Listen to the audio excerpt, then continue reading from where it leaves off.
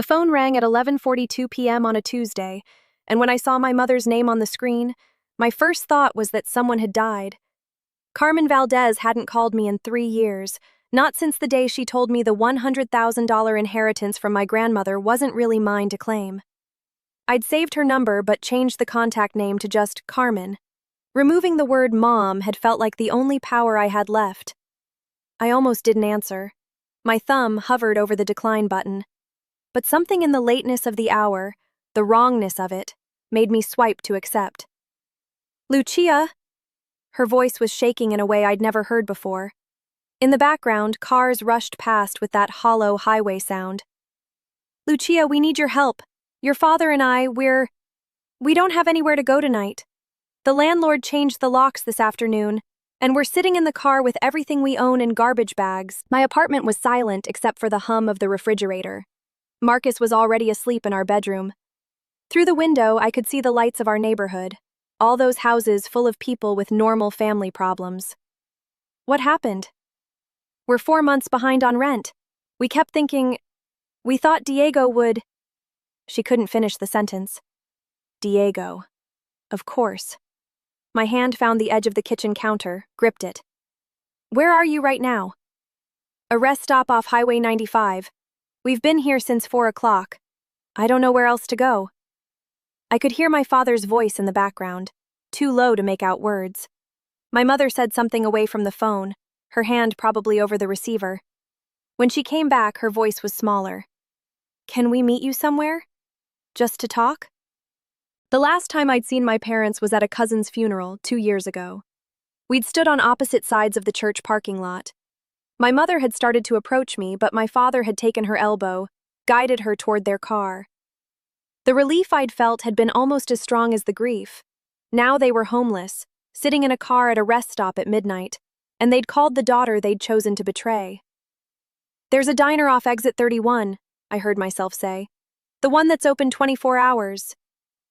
"Thank you," Mom's voice broke. "Thank you, mija." She hadn't called me that in 3 years. I stood in my dark kitchen for a long time after hanging up, watching the numbers on the microwave clock change. 11:46, 11:47, 11:48. Then I went to wake up Marcus. 17 people were in the 24-hour diner when I arrived at 1:30 a.m. Truckers and night shift workers eating pie and drinking coffee, their lives continuing normally while mine fractured again in booth 7. I saw my parents through the window before I went in. They were sitting side by side on the same bench, pressed together like they were cold even though it was June. My father's head was bowed. My mother was staring at the table. Between them, visible even from outside, was a manila folder that I knew contained a rental application. They'd come prepared to ask for something. The door chimed when I entered. Mom looked up, and the hope that flooded her face made something crack in my chest. She'd aged a decade in 3 years. The gray in her hair had spread like frost. She was thinner in a way that didn't look healthy, the thinness of missed meals, of stress eating through flesh. Dad stood when I reached the table, an old-fashioned gesture that felt grotesque under the circumstances. His shirt hung on him differently than I remembered. He'd lost weight, too. And those wrinkles in his shirt, they weren't from one night in the car. They were from days of this, maybe weeks. "Sit, Dad." He sat. I slid into the opposite bench, and the 3 of us formed a triangle across scarred formica. The last time we'd sat together like this, I'd been 26 years old, and they'd been trying to explain why my inheritance needed to be shared with my brother. Why Grandma Rosa hadn't really meant for all of it to go to me. Why family meant sacrifice, and I was the one who could afford to sacrifice. I'd believed them then, or I'd wanted to believe them badly enough that I'd signed the papers. "Tell me what happened," I said, and my voice came out in the calm, clinical tone I used with clients. "Start from the beginning." Mom's hands were wrapped around a coffee cup that was already empty. "We fell behind on rent in February. We kept thinking we'd catch up, that we'd figure something out." "Where was the money going?" She glanced at Dad. That silent communication between them, the same one I'd seen my entire childhood. The one that used to mean they were a team, united. Now it just looked like shared shame. "Diego had an opportunity," Dad said. A business investment that was supposed to. How much? 12,000. The number landed between us like something physical. In February, you gave Diego $12,000 while you were behind on rent. It wasn't like that, Mom said quickly. He had a real business plan this time. He'd found investors who were willing to match whatever we put in. He just needed seed money. Let me guess. The investors disappeared. Neither of them answered. A waitress approached, tired-looking, probably on hour 9 of a 10-hour shift. Coffee? Please. She filled my cup without asking how I took it, and I was grateful not to have to speak for a moment. The coffee was burnt and weak, but I wrapped my hands around the cup anyway, mirroring my mother's gesture. So, February, you gave him 12,000, I said. Then what? We scraped together March's rent, Dad said. Used the last of our savings. But then Diego called in April. He said he was in trouble, that he owed people money, that they were threatening him. How much did you give him in April? 5,000. And May? 3,000. I did the math automatically. $20,000 in 4 months, given to a man who'd been failing for 15 years, while they sank deeper into a hole they couldn't climb out of. And now? I asked. Where did this month's money go? The silence was answer enough, but I waited. I'd learned in my training that silence was a tool, that people would fill it with truth if you just waited long enough. Vegas, Mom finally whispered. There was a poker tournament, a big one. The buy-in was 2,000, but Diego said he'd been studying for months, practicing online. He said his coach told him he was ready, that he could win 50,000, maybe more.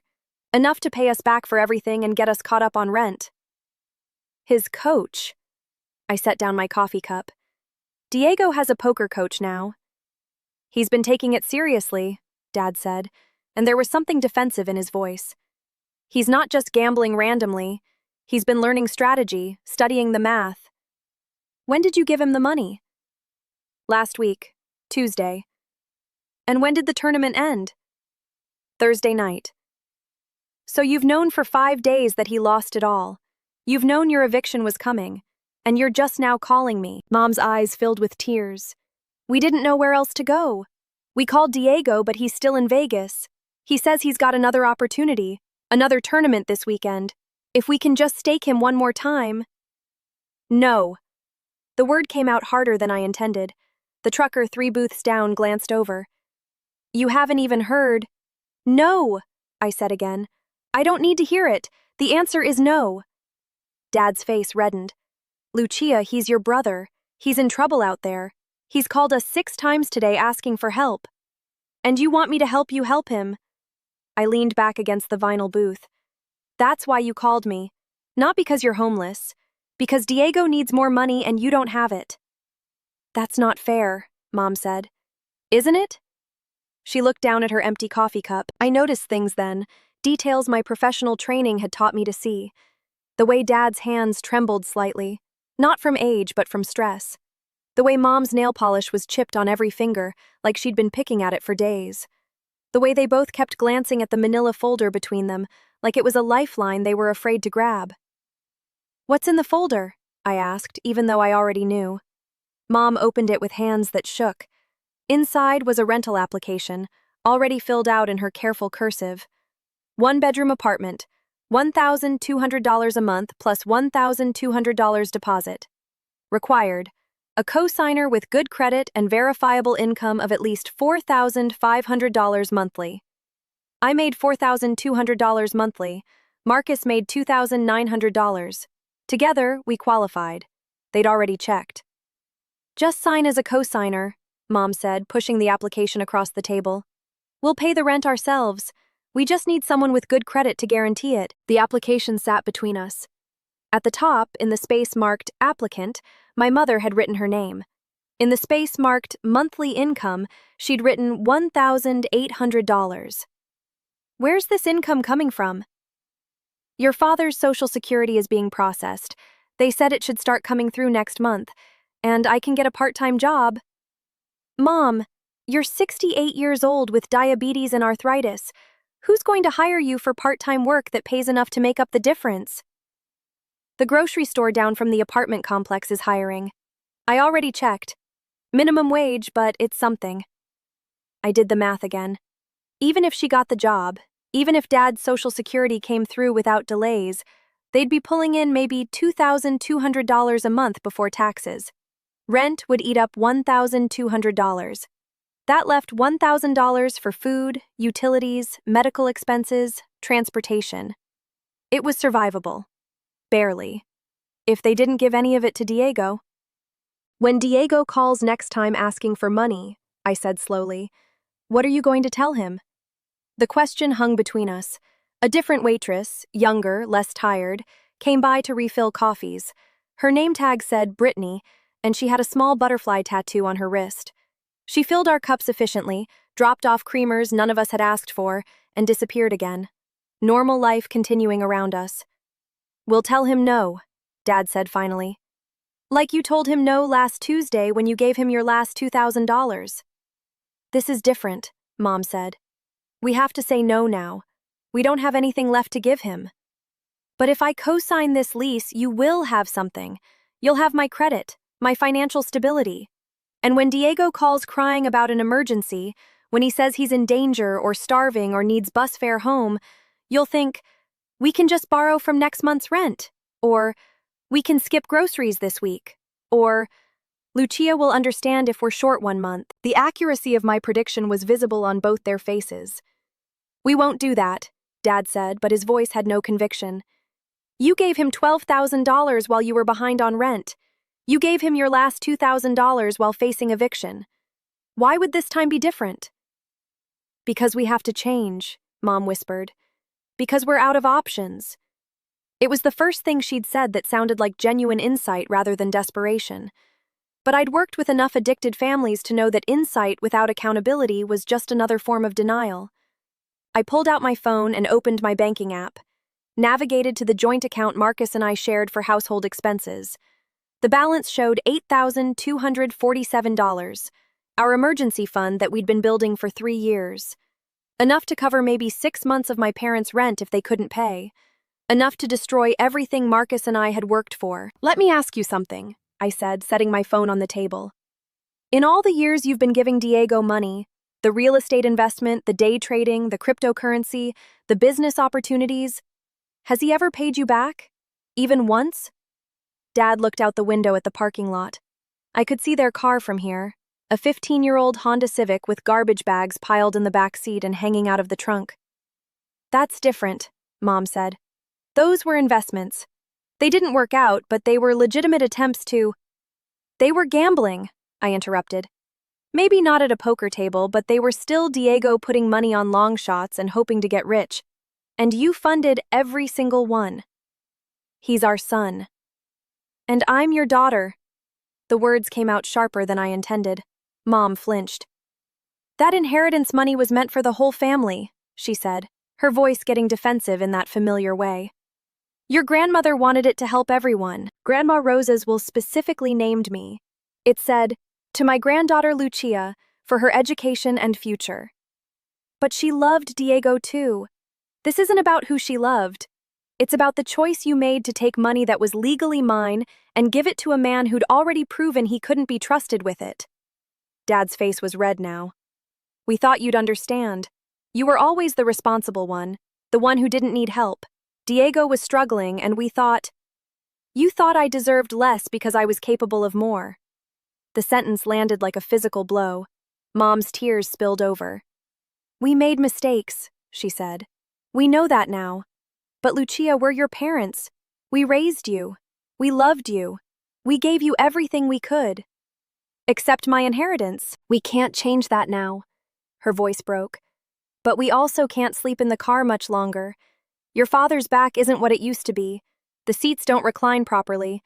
Last night he couldn't stand up straight for the first hour after we woke up. There it was. The manipulation wrapped in genuine need. The way they'd learned to weaponize my competence, my compassion, my deep-rooted belief that family meant you showed up even when it was hard. But I'd spent 3 years learning to recognize these patterns in other families, learning to see the difference between helping and enabling. learning that sometimes the most loving thing you could do was refuse to save someone from their own choices. "What exactly are you asking me to do?" I said. Mom pushed the rental application closer. "Just co-sign this. 1 year. We'll pay the rent ourselves.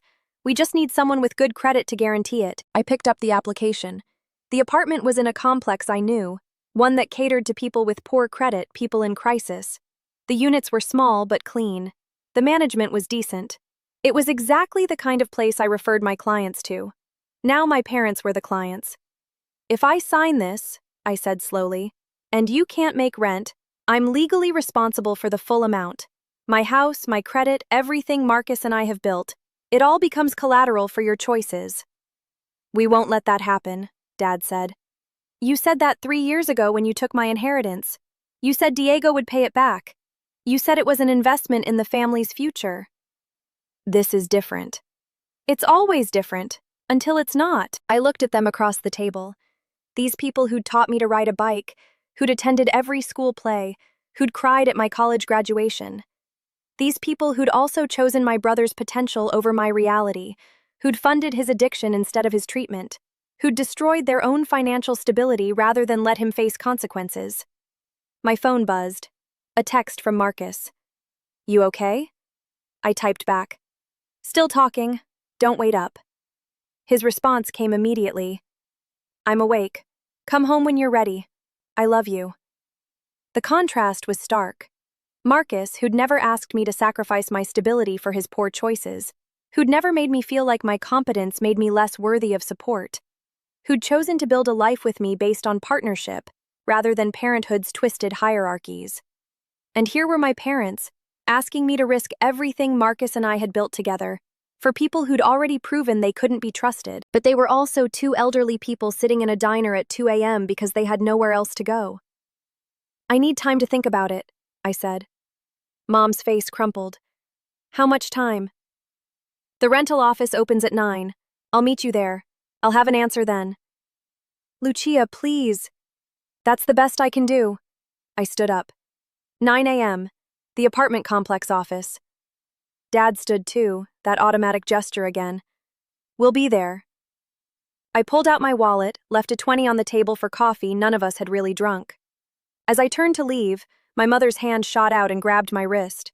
Her grip was cold and weak and desperate.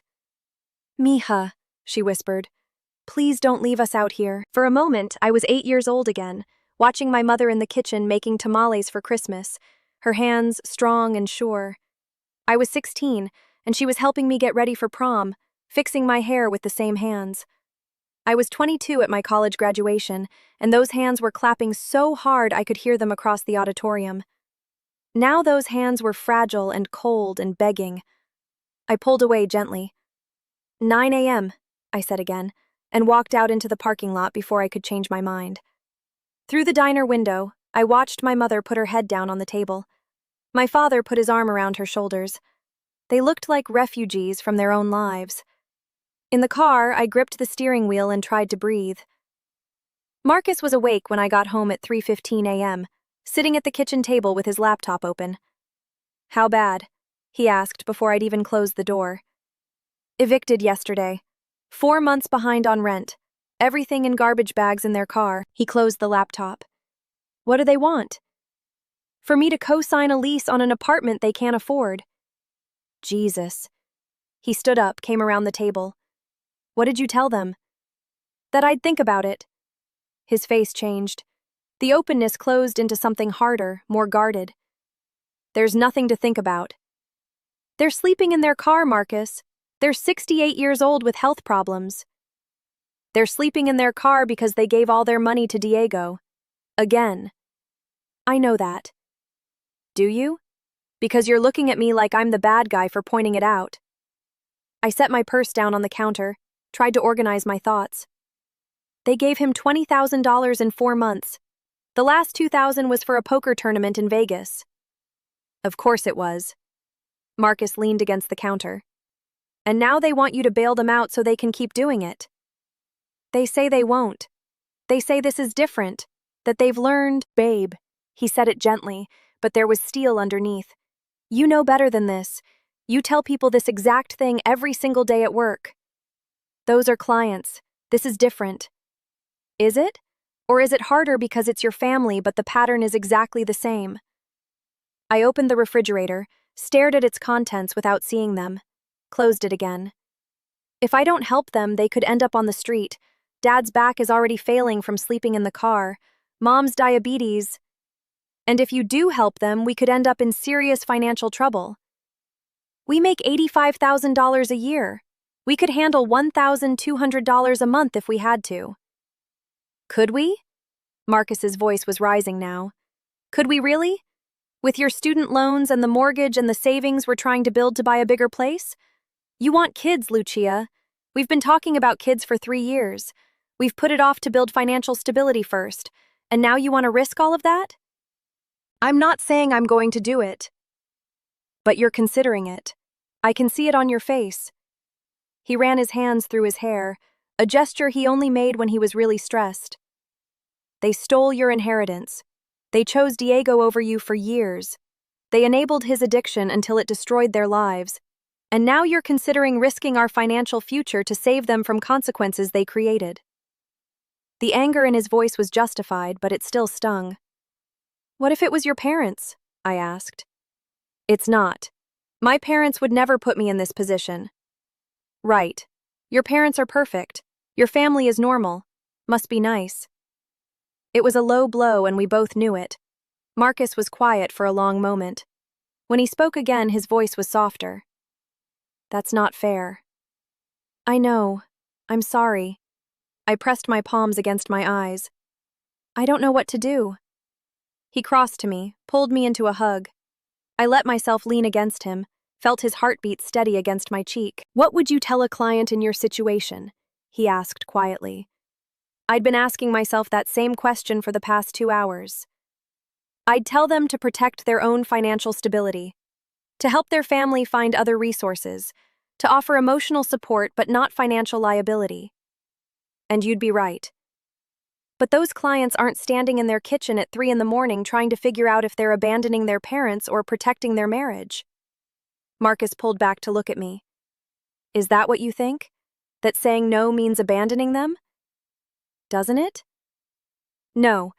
It means refusing to enable choices that got them here. It means loving them enough not to make their crisis your emergency. You sound like a textbook. I sound like your husband who's watched you build an entire career helping families exactly like yours. Who's watched you come home crying because you had to tell a mother that bailing out her addicted son would destroy her financial future. Who's listened to you explain 100 times that enabling isn't helping. It's just delaying the inevitable while making it worse. He was right. I knew he was right. But this is different, I whispered. How? Because they're mine. The words broke something open in my chest. Tears came hard and fast, the kind of crying I'd been holding back for 3 years. Since the day my parents told me the inheritance wasn't really mine. Since the day I'd realized they'd chosen my brother's addiction over my future. Marcus held me while I cried. Didn't try to fix it or tell me it would be okay. Just held me. When I could breathe again, I pulled back. What if I set conditions? What if I make them get help, let me monitor their accounts, agree that $1 to Diego and the deal is off? Do you trust them to keep those agreements? I want to. That's not what I asked. I thought about my mother's face in the diner, the way she'd defended Diego even while sitting in a booth at 2 a.m. because his addiction had made her homeless. No, I admitted. I don't trust them. Then maybe that's your answer. But what if I'm wrong? What if they really have hit bottom? What if this is the moment they're finally ready to change and I say no and something terrible happens? And what if you say yes and something terrible happens to us? It was the same impossible choice I'd been circling for hours. Both paths led to potential devastation. Both required me to choose who deserved protection. The family I came from or the family I'd chosen. I can't think about this anymore tonight, I said. I'm meeting them at the rental office at 9. I need to sleep. Do you want me to come with you? I looked at my husband, this good man who'd never asked me to sacrifice my stability for his poor choices, who'd built a life with me based on mutual respect and shared goals. No, I said. This is something I need to do alone. We went to bed, but I didn't sleep. I lay in the dark listening to Marcus breathe beside me, watching shadows from passing cars slide across the ceiling, trying to figure out which choice I could live with. At 6 a.m., I gave up pretending and got in the shower. At 7:30, I made coffee I couldn't drink. At 8:15, I got in the car and drove to the apartment complex where my parents were waiting. They were in their car when I arrived at 8:45 a.m. The garbage bags were visible through every window, black plastic stuffed with the remains of a lifetime. I could make out shapes through the plastic. A lamp, picture frames, clothes still on hangers. Mom was in the passenger seat putting on lipstick with a shaking hand, trying to make herself presentable. Dad was reading a newspaper someone had left in the parking lot, pretending to be calm. I sat in my car for a moment, watching them, trying to reconcile these broken people with the confident, middle-class parents who'd raised me. The ones who'd owned a house with a swimming pool.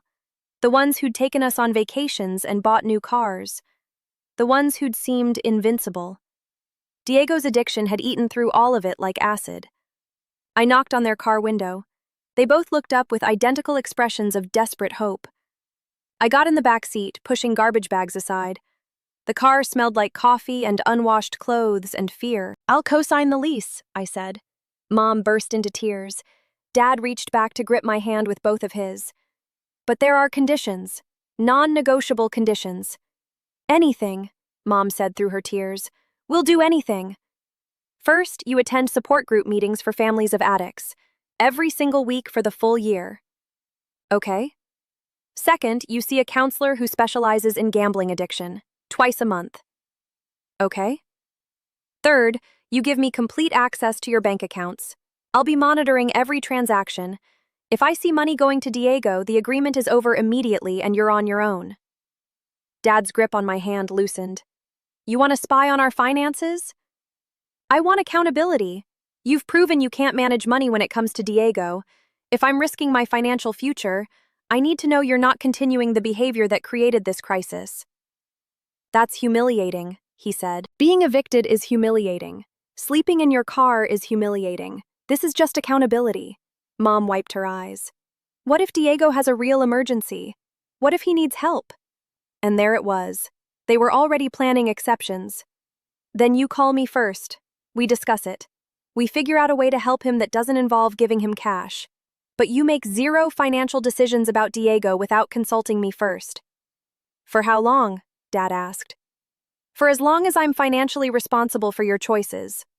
Through the windshield, I could see the rental office. The property manager was inside, visible through the glass door. In 10 minutes, the office would officially open. "If you can't agree to these terms," I said, "we end this conversation now. You figure out another solution, shelters, social services, other family, but I will not risk my marriage and my financial future for people who won't commit to change." Mom looked at Dad. That silent communication again. "We'll do it," Mom whispered. "All of it. I need to hear you say it clearly. You will not give Diego money without talking to me first. You will attend meetings every week. You will see a counselor twice a month. You will give me access to your bank accounts." "Yes," Dad said. "Yes," Mom echoed. "If you break any of these conditions, I'm done. Not just with the lease, with you, permanently.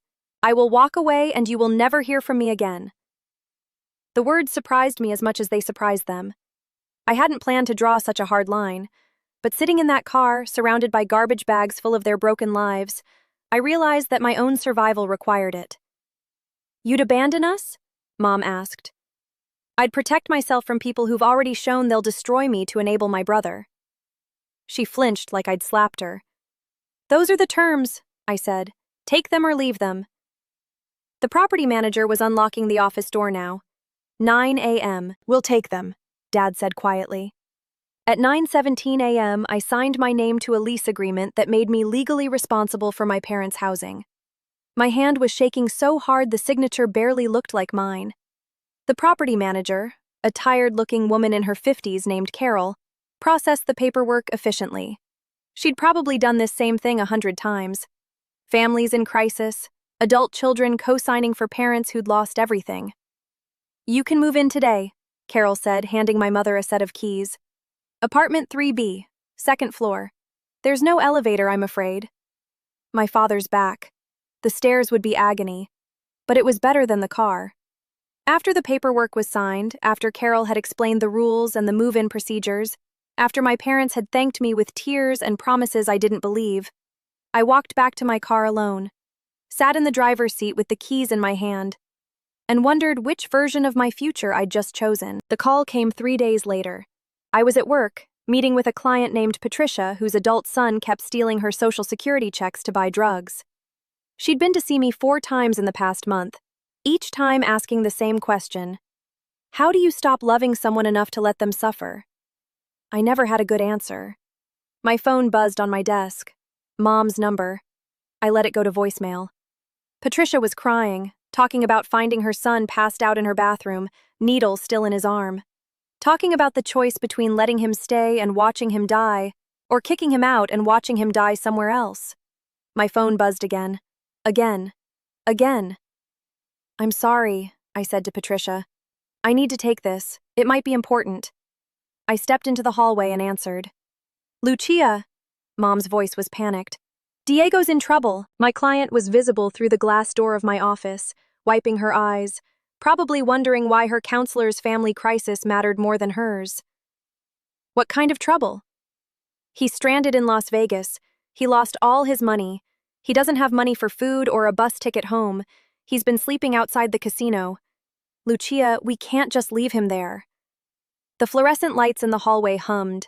Down the hall, someone laughed in the break room. How much does he need? Just $200, just for a bus ticket and some food. We'll pay you back. With what money, Mom? The money that's supposed to go to rent next week? Silence. He's your brother, she said finally, and her voice had gone hard. He could die out there. He could die from his gambling addiction too, and every time you bail him out, you take away the consequences that might save his life. How can you be so cold? Through the glass, Patricia was checking her phone, probably looking at texts from her son begging for money, promising this time would be different. I'm not cold. I'm bouncing back what you taught me, that love sometimes means saying no. We taught you that family comes first. No, you taught me that Diego comes first, that his potential matters more than my reality, that his needs trump everyone else's stability. My voice was rising. A coworker walked past, glanced at me curiously. I lowered my voice. What you're asking me to do right now is the exact thing we agreed you wouldn't do. You're asking me to enable Diego's addiction by making his crisis our emergency. What are we supposed to do? Just let him starve? You're supposed to help him find resources that don't involve giving him cash. Homeless shelters in Vegas, food banks, bus voucher programs for people in crisis. I can send you a list of...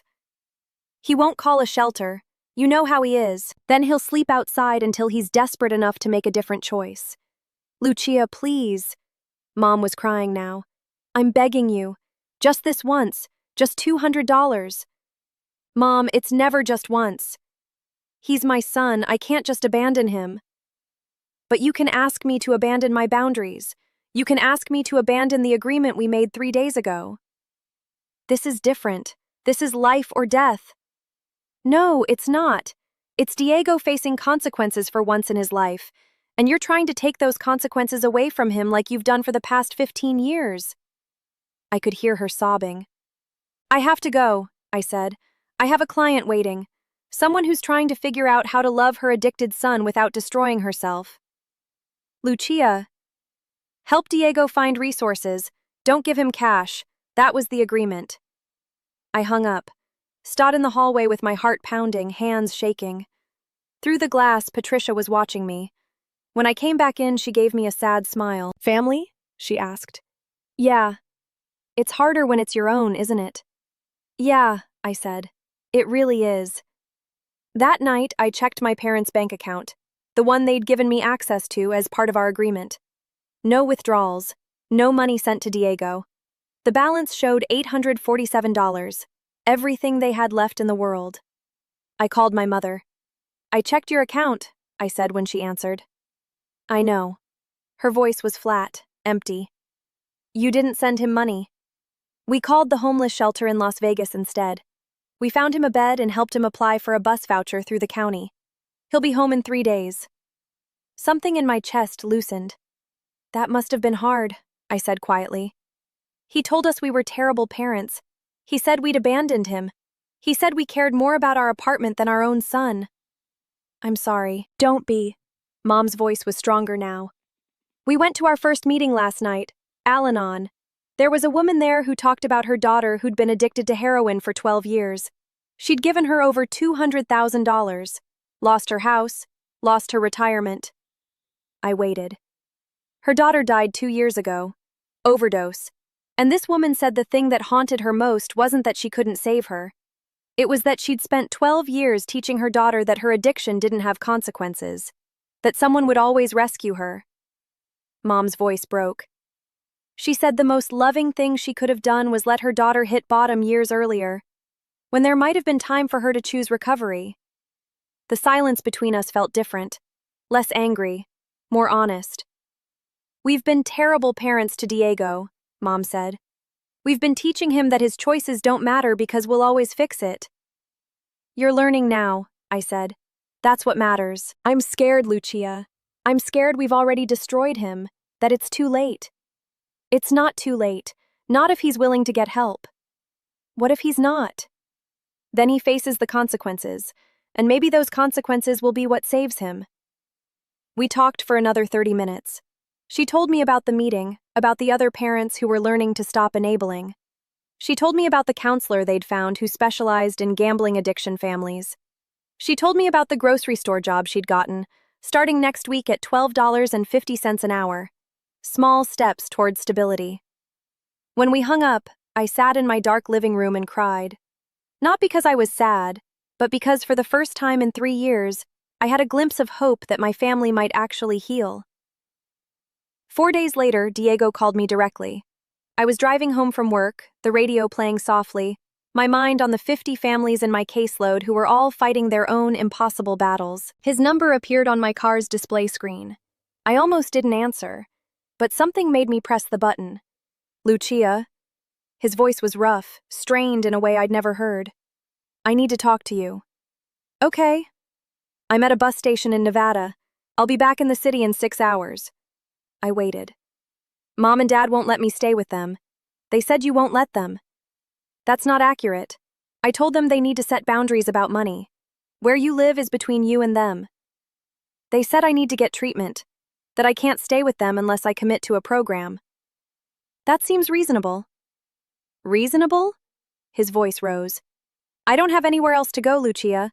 I'm getting off a bus with $17 in my pocket and nowhere to sleep. So get treatment. I don't need treatment. I need a place to stay until I get back on my feet. Diego, you've been getting back on your feet for 15 years. At what point do you admit you keep falling down because of choices you're making? Jesus Christ, you sound like a social worker. I am a social worker. You know what I mean. Cold, clinical. You've forgotten how to be human. The insult landed, but I pushed past it. What do you want from me, Diego? I want my sister back, the one who used to care about me. I do care about you. That's why I'm not going to enable you to keep destroying yourself. Enabling. He laughed, but there was no humor in it. You think you're so smart with your therapy words and your professional boundaries, but you're just scared. Scared to actually help someone who might fail. Maybe, I said.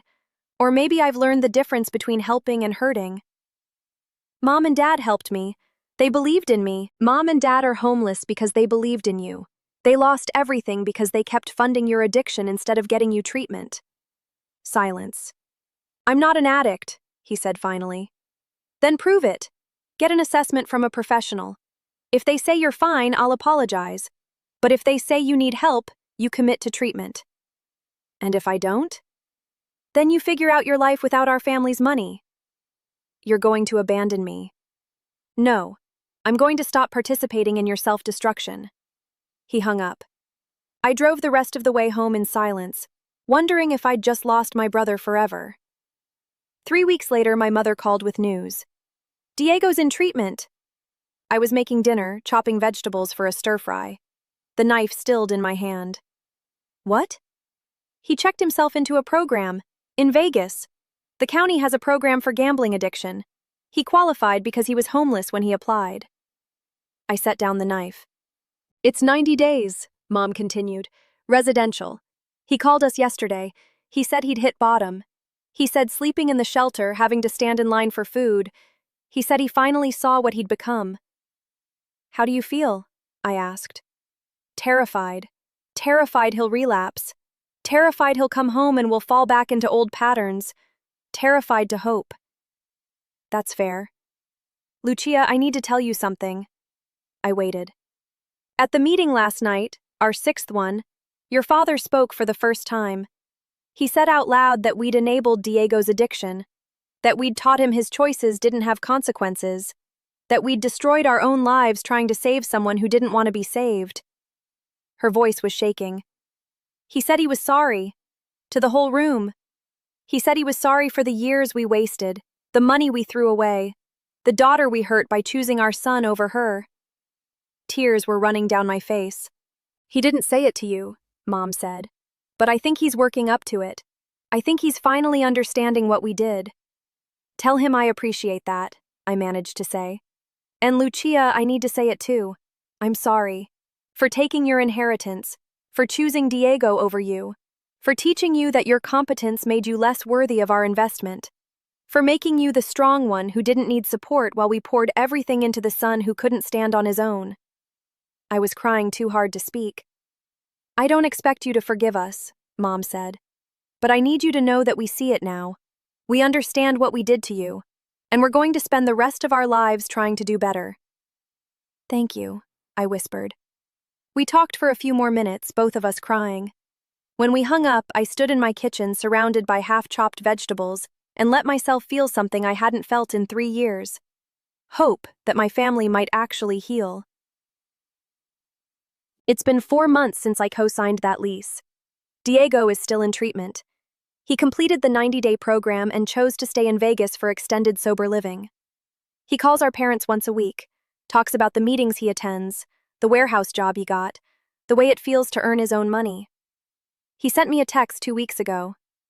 I'm sorry. For everything. I know sorry isn't enough, but it's where I need to start. I haven't responded yet. I'm not ready. My parents are still in their apartment. The savings account I monitor shows $3,247. They've never missed a rent payment. Mom works 20 hours a week at the grocery store. Dad's Social Security came through.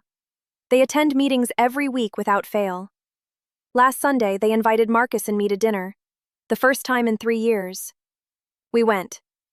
The apartment was small and spare, furnished with secondhand pieces and that lamp I'd seen through the garbage bag that first night. But it was clean and warm, and theirs. Mom made enchiladas. Dad told stories about his new part-time job at the hardware store, something to do with his hands, to feel useful. When we left, Dad pulled me aside. I'm sorry, he said quietly, for the inheritance, for choosing Diego over you, for making you the strong one who didn't deserve support. I was wrong. About all of it. I hugged him, and he felt smaller than I remembered. Frailer. Human. We're working on it, I said. That's all I can ask. In the car driving home, Marcus took my hand. How do you feel? He asked. Scared, hopeful, still angry sometimes, but maybe okay. You did good, he said. We'll see. It's only been 4 months. Even if it all falls apart tomorrow, you did good today. You set boundaries. You required change. You loved them enough to say no. I'm learning that he's right. The story isn't over. My parents might relapse into enabling. Diego might relapse into addiction. The fragile structure we've built might collapse and leave me paying rent for people who couldn't keep their promises. But today, they're trying. Today, they're making different choices. Today, my brother is in treatment instead of in Vegas gambling away someone else's money. And today, I can look at myself in the mirror and know that I chose love with boundaries instead of love without limits. I don't know if it's enough, but it's the choice I made. And for now, it's the choice I can live with.